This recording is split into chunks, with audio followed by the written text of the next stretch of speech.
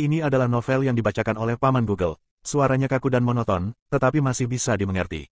Kuanggap ini seperti dibacakan cerita sebelum tidur oleh seorang ibu. Novel ini bukan karya saya. Direkomendasikan untuk membeli buku resmi berlisensi untuk mengapresiasi dan memberi dukungan pada penulis. Terima kasih. Scam Villains Self-Saving System Chapter 49. Chapter lain bisa ditemukan di YouTube @bacakan aku.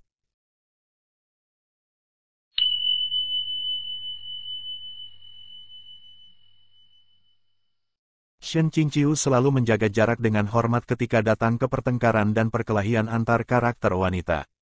Akan tetapi, ketika dia melihat apa yang terjadi, dia merasa jarak antara ekspektasi dan kenyataan terlalu besar, jadi dia buru-buru mengikuti untuk terus menonton. Qin Wanyewi menahan air matanya, "Maaf, saya mengabaikan tugas saya dan tidak menghentikan Nyonya Istana Kecil." Sa Hualing segera memotongnya, "Itu adalah kesalahanmu sejak awal. Aku mendengar bahwa wanita di alam manusia sangat rendah hati dan bermoral, tetapi lihatlah. Berapa kali kau gagal merayu Tuan, tetapi tetap menolak untuk pergi. Jika kau tidak pergi, tidak apa-apa, tetapi kau tidak mampu merawat bahkan satu orang pun. Kultivasinya bahkan tidak setinggi milikmu. Kau adalah kakak perempuan bela diri seniornya. Kau tidak menghentikannya lebih awal dan tidak menghentikannya di akhir. Yang kau lakukan hanyalah membiarkan dia membuat adegan yang tidak masuk akal ini di depan Tuan. Untuk siapa kau menempatkan penampilan menyedihkan dan dirugikan ini?" Mendengar Sa Hualing menunjukkan semua kelemahannya di depan wajahnya, Qin Wanyewi sangat malu, dia ingin mati. Kembali ke novel aslinya, Sa Hualing sangat membenci Qin Wanyewi dan selalu menemukan cara untuk bertengkar dengannya. Tampaknya, meskipun keduanya tidak memasuki harem bersama kali ini, hubungan mereka tidak membaik sedikitpun. Sa Hualing berbalik dan mengubah ekspresi wajahnya, sekarang menatap Nyonya Istana Kecil dengan wajah penuh senyum. Nyonya Istana Kecil telah menjalani kehidupan mewah selama bertahun-tahun seperti sebelumnya. Selain kadang-kadang dihukum, tampaknya kamu tidak pernah mengalami penganiayaan, bukan? Kenapa sekarang kamu begitu sedih? Nyonya Istana Kecil dengan ganas menjawab, "Dan kau ini apa? Rubah liar, iblis penggoda yang datang entah dari mana, benar-benar berani berbicara denganku seperti ini di Istana Huanhua. Apa perbedaan antara cara dia memperlakukanku dengan cara dia memelihara babi?" Sa Hualing menjulurkan bibirnya, "Lalu, mengapa Nyonya Istana Kecil tidak memberitahu kami, selain makan dan tidur seperti hewan yang kamu sebutkan, apalagi yang bisa kau lakukan?" Like dan follow Bacakan Aku. Qin Wanyewi menangis, "Nyonya Istana Kecil, ayo, cepat pergi. Semuanya telah lama berubah." Nyonya Istana Kecil menjadi sangat histeris, "Kenapa aku harus pergi? Ini adalah Istana Huanhua milikku, milikku. Kalian semua, pergilah." Semuanya terbalik dari seharusnya. Adegan itu adalah salah satu kekacauan dan peperangan. Shen Qingqiu telah menemukan fakta yang sangat mengejutkan. Dia menggunakan jarinya untuk menghitung dengan cermat. Sa Hualing bukan diterima sebagai istri, tetapi sebagai bawahan. Bekerja keras, bekerja sampai mati dengan semua lembur. Gaji dan kondisi kerjanya juga tidak manusiawi. Sikap bos menunjukkan bahwa dia tidak ingin terlibat dalam percintaan kantor. Coret. Liu Mingyan, bahkan jumbai pedang tanda cinta tidak ditukar. Coret. Ning Yingying, setelah pubertas, tidak lagi menunjukkan cinta yang penuh gairah untuk protagonis pria seperti yang dia lakukan ketika dia masih muda dan bodoh. Otak sakit cinta sepertinya telah disembuhkan. Coret. Nyonya Istana Kecil, wanita yang sedih terkurung di rumah. Bahkan mengatakan pada dirinya sendiri bahwa Luo Binghe hanya memperlakukannya seperti babi untuk dipelihara. Coret.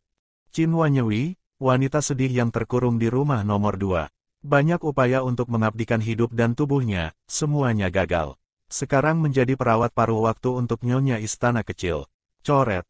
Ciu Haitang, bukankah kita sudah memastikan bahwa setelah menyeret Shen Qingqiu ke bawah, dia akan dengan senang hati pergi netorare dengan Luo Binghe?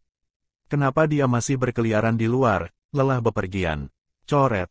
3 biarawati Tao, cameo berumur pendek seperti kaktus yang mekar di malam hari. Halo, selamat tinggal. Coret.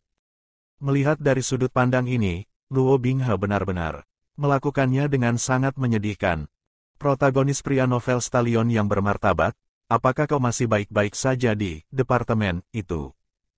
Harem yang sangat baik tersiksa olehnya hingga menjadi kekacauan total. Jika ini adalah sebuah novel, bagaimana mungkin poin kesejukan bisa ada dalam kotak dialog tanpa menerima seorang istri pun? Shen Qingqiu buru-buru mengetuk sistem untuk memeriksa semua nilai yang berbeda. Namun, dia tiba-tiba menemukan poin B dan nilai kesejukan tidak hanya tidak berkurang, tapi malah melonjak hingga lebih dari 900.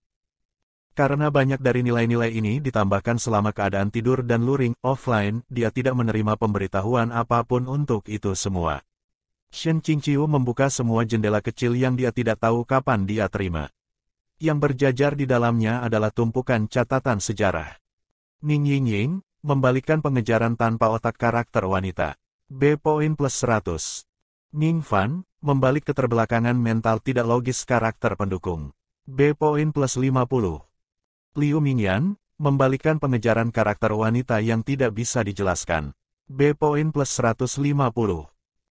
Karakter perempuan yang mengejar di mana-mana dan umpan meriam yang terbelakang mental. Keduanya merupakan elemen klasik dari novel Stallion dan sejenisnya. Sekarang, karakter wanita tidak mengejar protagonis pria dan IQ karakter pendukung tampaknya telah meningkat sehingga poin B meningkat secara alami. Shen Qingqiu ini mengerti dengan baik. Namun, meskipun Luo Binghe tidak berhubungan dengan seorang gadis pun, sistem tidak mengurangi poin kesejukannya, ini tidak ilmiah. Mungkinkah tingkat kesejukan protagonis laki-laki sekarang tidak lagi terikat pada hal itu? Atau dengan kata lain, apakah kesejukan protagonis pria sudah tidak ada lagi? Ini, Shen Qingqiu tidak bisa berhenti, tetapi melihat ke arah Luo Binghe yang suram, dan tiba-tiba merasa seperti dia tidak bisa menatap lurus. Like dan follow bacakan aku. Oh, tidak, mungkinkah dia telah melakukan dosa dengan membesarkan protagonis novel Stallion yang sangat baik menjadi aseksual? Dengan suasana hati yang rumit, Shen Qingqiu menutup jendela. Dia tiba-tiba menyadari lokasinya tidak tepat. Dia jelas baru saja ingin tahu melihat ke istana Huanhua. Bagaimana dia tanpa sadar berjalan ke hutan bambu.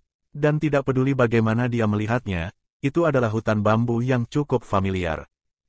Hutan bambu berdesir tertiup angin lembut yang tenang. Shen Qingqiu tidak ragu, bahkan jika dia hanya bisa melihat sebagian kecil dari tempat ini, dia akan tahu di mana ini. Gunung Changqiong, Puncak Qingqing. Tempat dia tinggal begitu lama. Bagaimana dia bisa tidak terbiasa dengannya? Sistem, lokasi Anda saat ini, bentang alam mimpi Luo Binghe. Ketika kesadaran Luo Binghe tidak stabil dan sangat berfluktuasi, para pengamat sering terpengaruh. Mereka akan tersedot ke dalam pemandangan mimpi yang seluas pusaran air laut dalam ini. Dengan kata lain, mereka akan kacau karena jatuh ke dalam lubang otaknya yang sangat luas. Lihat awal transkrip pertemuan iblis mimpi asli untuk detailnya.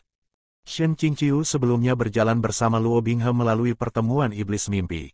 Inilah yang disebut rasa yang didapat.